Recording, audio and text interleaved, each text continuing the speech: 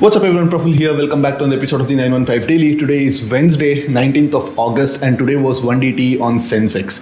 And the markets are slowly grinding down and from the high of 24,700, which was incidentally on day one of CAS. If you remember, Nifty printed a 200 point candle on the day of CAS. From there, we are almost down 700 points. But surprisingly, the India VIX has not spiked at all. अभी भी India VIX 11.3 के आसपास trade कर रहा है. The equity derivative walls are down. The commodity walls are down. Even stock options are also not pricing too much of a movement.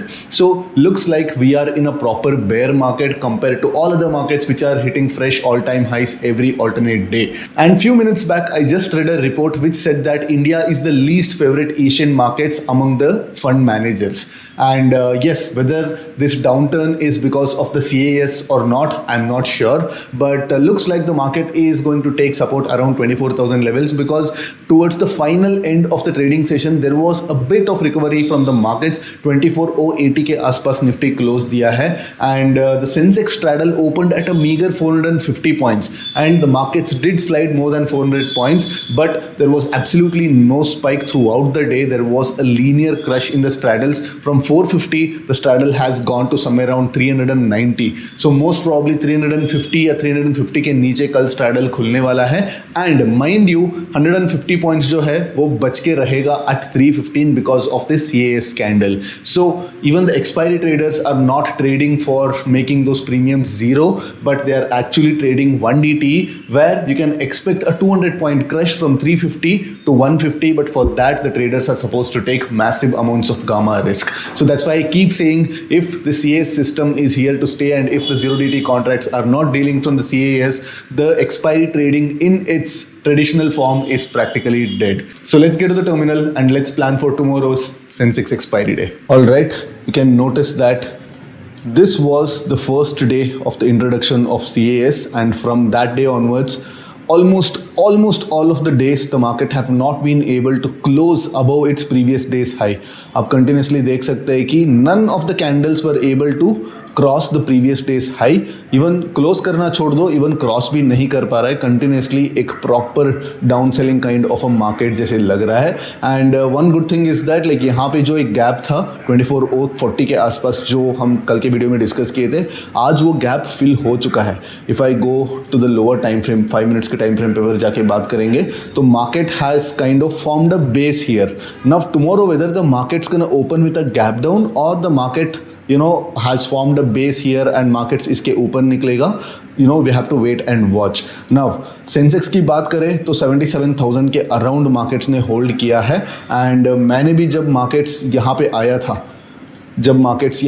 था मैंने भी पुट्स सेल किया था because the gap had been filled and I was expecting the markets to give a sharp up move, but that didn't happen. Continuously पूरा दिन markets इधर ही रहा तो then I had to exit cost to cost because markets almost 230 के आसपास भी markets कहीं नहीं गया and then I exited cost to cost. So yes, markets जहाँ पे मैंने एंट्री किया this was the gap filling point and वहाँ से मार्केट बिल्कुल मूव नहीं किया.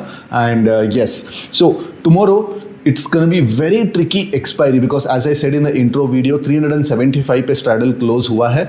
So most probably 330 के आसपास स्ट्रैडल खुलने का चांस है, बट गलती से अगर 300 रुपीज़ पे स्ट्रैडल खुलेगा it's gonna be extremely difficult because ये चीज़ कल भी मैंने एक्सप्लेन किया था. Yes, on a day when the markets are pretty smooth 120-130 rupees के आसपास CAS के पहले स्ट्रैडल ट्रेड कर रहा होगा.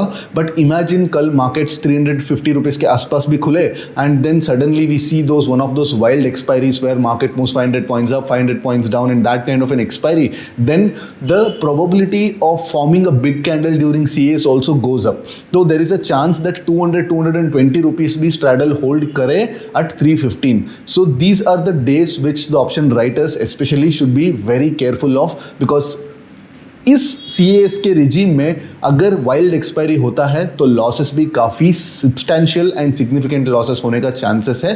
एंड अगेन वो जो लास्ट 150-200 रुपीज़ का जो प्रीमियम है वो आप कैपिटलाइज या कैप्चर कर ही नहीं पाओगे because that is kind of a blind bet. तो मार्केट कहाँ पे एक्सपायर होगा कहाँ पे नहीं होगा आपको पता नहीं है and that 200 rupees is completely off the table. So जो भी करना है 300 से लेके 150 के बीच जो 150 पॉइंट का जो क्रश है उसके लिए सब लोग खेलना है and everybody is trying to capture that. And yes, as of now the algos are not being run with full capital, बड़े साइज से एल्गोस भी अभी रन करने चालू नहीं हुआ है, because I keep talking to my trader friends who run a big sized fund. So once those algos kind of figure out something and come here, the volatility is going to increase, because आज भी आप देखोगे तो कल भी आप देखोगे तो markets yes move तो कर रहा है, but it hasn't been a sharp move. मतलब consistently slow and steady grind करते आ रहा है markets, बहुत ज़्यादा टाइम दे रहा है कि डेल्टा हेज करने के लिए. But imagine one of those days May में जैसे एक्सपायरीज थे, वैसे 500 points down, 500 points up, 1000 points भी सेंसेक्स मूव किया है विथ जस्ट 300 पॉइंट्स स्ट्रैडल. तो ऐसे अगर मार्केट में मूव्स आ जाता है तो then it's gonna be very tricky.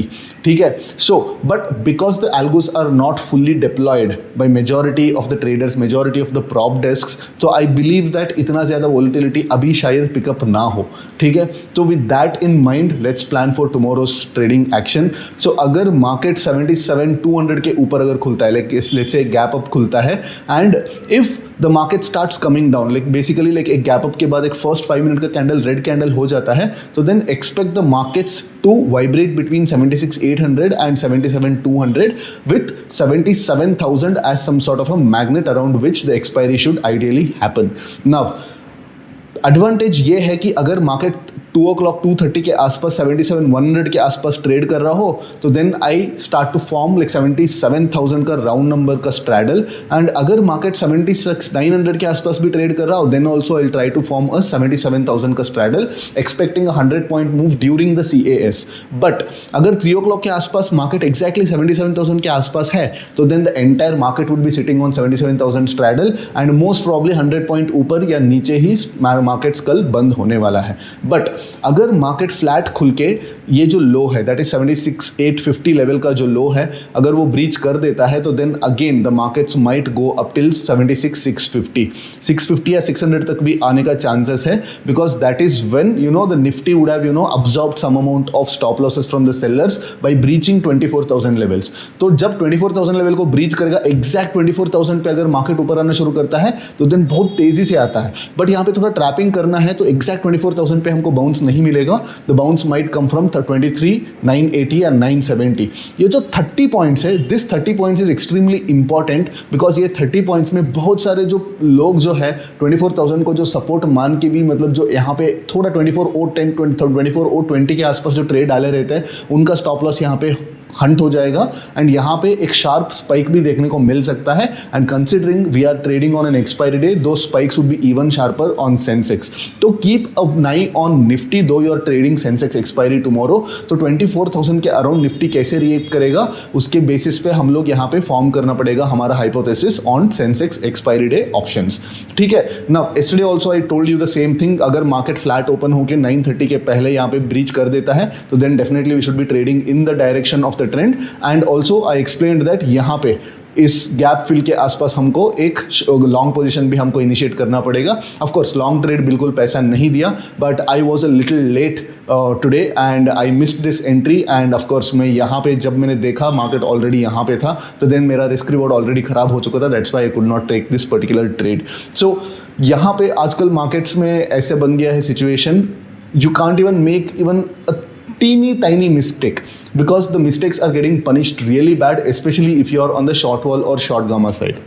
But yeah, these are all market regimes, and we have to kind of cruise through all these regimes. And yes, अगर market gap down खुल जाता है, let's say specially 24,000 के नीचे अगर Nifty gap down खुलता है, तो then most probably Sensex would be gapping down somewhere around 76,700 के आसपास. Now then look at what's Nifty will be doing somewhere around 24,000 level. तो फर्स्ट कैंडल अगर 5 मिनट का कैंडल एक ग्रीन कैंडल फॉर्म करके 24,000 लेवल को वापस पियर्स कर देता है, तो then we can start selling the put options below the first candles low on Sensex. ठीक है. मतलब लोगों को थोड़ा कंफ्यूज हुआ रहेगा कि लाइक अरे मैं निफ्टी की बात कर रहा हूँ और उसके बेसिस पे सेंसेक्स कैसे ट्रेड करना है. Mind you, Nifty and Sensex का जो कोरिलेशन है ऑलमोस्ट 0.98 है. मतलब ये 24,000 का इंडेक्स है एंड सेंसेक्स 76,000 का इंडेक्स है. सो अप्रॉक्सीमेटली 3.2 का correlation, I mean 3.2 times Nifty का साइज का है. मतलब निफ्टी अगर 30 पॉइंट्स मूव करता है, तो जनरली सेंसेक्स 100 पॉइंट्स मूव करता है. तो let's say currently Nifty is eight 24,080, तो अगर 90 पॉइंट्स अगर कल सेंसेक्स नीचे निफ्टी नीचे खुलेगा, 90-100 पॉइंट से ज़्यादा गैप खुलेगा निफ्टी, देन सेंसेक्स 300 पॉइंट से गैप डाउन खुलेगा, विच इज समवेयर अराउंड 76,900 से लेके 76,600, ठीक है। तो watch out for Nifty's 24,000 levels tomorrow, because उसके बेसिस पे सेंसेक्स का जो ऑप्शन है थोड़ा गेम होने का चांसेस है। नाउ अगर मार्केट फ्लैट खुल के लेट्स से यहाँ पे 77,000 के आसपास खुल के एक फर्स्ट 15 मिनट्स में एक बड़ा ब्रेकआउट दे देता है एंड स्पेशली ये लेवल को ब्रीच कर देता है, तो देन जो रेजिस्टेंस है वो आने का चांसेस है 77,300 के आसपास। Why the straddle will also be pricing in 300 rupees and 76,900 से 76,300 ऑलमोस्ट 400 पॉइंट्स ऑलरेडी मूव हो चुका रहता है। तो people who'd have traded straddles और even any form of delta neutral और short come kind of trading, they would already be stuck here and उसके बाद मार्केट्स में थोड़ा फिजल आउट होने का चांसेस है। तो देन यहाँ पे थोड़ा बहुत लोअर टाइम फ्रेम पे डबल टॉप या engulfing kind of a pattern या ऑप्शंस में if you see some sort of a liquidity sweep, then you can form short positions here. तो yes, if the market gaps up and starts coming down, 77,000 का straddle would be a good bet. अगर market gap down करके वापस 24,000 के ऊपर Nifty trade करना शुरू करता है, then also 77,000 straddle would be a good bet. But of course, holding 77,000 straddle would not be a cake walk because आपका mark to market पहले ऊपर की तरफ स्पाइक करेगा, देन नीचे की तरफ स्पाइक करेगा। तो बेसिकली अगर आप कंटिन्यूसली डेल्टा हेज करते रहोगे तो आपके हाथ में कुछ नहीं बचने वाला है। तो थोड़ा बहुत मार्केट्स को स्पेस देना पड़ेगा। Though you are holding 77,000 straddle, yes you would be looking at the premiums when you hold the straddle is somewhere around 150 because 300 rupees का straddle रहेगा, but at one point your call option would be trading at 50 and your put option would be trading at 270. You should be still able to hold this, and sometimes the call option would be trading at 220 and the put option would be trading at 60. You should still be able to hold this. तो only spot के basis पे trade करो। अगर option premiums के basis पे अगर आप adjustment करोगे, फायर फाइटिंग करोगे, डेल्टा हेजिंग करोगे, तो मोस्ट प्रॉब्ली आपके हाथ में कुछ बचेगा नहीं। And this is what is gonna be going forward with the CAS regime in place, ठीक है। These are my plan of action for tomorrow and yes, कल का एक्सपायरी थोड़ा सा वोलेटाइल होने का चांसेस है बिकॉज 24,000 के अराउंड निफ्टी में थोड़ा रिएक्शन थोड़ा क्विक एंड थोड़ा वायलेंटली रिएक्शन आने का चांसेस है and that would translate into even wilder moves during the Sensex expiry. So हो सके तो साइज कम रखना, हो सके तो थोड़ा एक्सपोजर कम रखना and trade with a bit of caution because already premiums काफ़ी लो है एंड almost expiry पे, Nifty expiry पे the walls were trading at 5, probably historically the lowest walls that I have seen, and कल भी 5 wall पे 6 wall पे trade करने का चांसेस बहुत है एंड या दैट इज़ वाई ट्रेड थोड़ा कम साइज पे रखना बिकॉज पूरा दिन में एक ना एक आपको अपॉर्चुनिटी मिलेगा, एक स्पाइक मिलेगा जिस स्पाइक में आप पोजीशंस बना सकते हो, ठीक है। तो अगर आप कंप्लीटली ट्रेडिंग छोड़ के बाहर आप वेट करोगे, स्पाइक्स के लिए वेट करोगे, तो then also will get one opportunity और at least 2 opportunities throughout the day. तो मेरा अप्रोच ये रहेगा, प्रॉबली 10 या 15% साइज के साथ में एंटर करो और पूरा दिन स्पाइक्स के लिए वेट करो एंड अगर अपॉर्चुनिटी मिले then probably I will make an entry, वरना वैसे भी इस प्रीमियम्स को कलेक्ट करके पैसे बनाना it is a very wrong way of trading because the premiums are underpriced and risk बहुत ज़्यादा है। आई मीन यहाँ पे आप देख सकते हैं कि 450 रुपीज़ पे स्ट्रैडल ओपन हुआ, right, and you can notice almost 77,400 से 77,850, 450 पॉइंट्स मार्केट्स ने मूव किया and after that also the markets kept moving 100-200 points up and down. तो already people who traded a straddle or a strangle here, they would have already lost money in this move and they would have only recovered here and also recover करने के लिए भी जो crush हुआ straddle सिर्फ 70 points ही crush हुआ, उससे ज़्यादा कुछ मिला नहीं है। तो that is why the risk reward for the option writers is very bad. तो if you are an option buyer you can definitely form debit spreads। मैं सिर्फ आपको डायरेक्शनल व्यू बताया बट कौन सा ट्रेड स्ट्रक्चर यूज़ करना ये नहीं बताया, बट जनरली टुमारो अगर आप डेबिट स्प्रेड कर सकते हो that is very good. But अगर आप स्पाइक्स को वेट करके सेल करोगे तो ऑब्वियसली नेकेड ऑप्शन सेल कर सकता है विथ appropriate SLs, ठीक है। I hope you guys had a decent trading day. I'll see you guys after tomorrow's expiry. Till then, take care. Bye bye.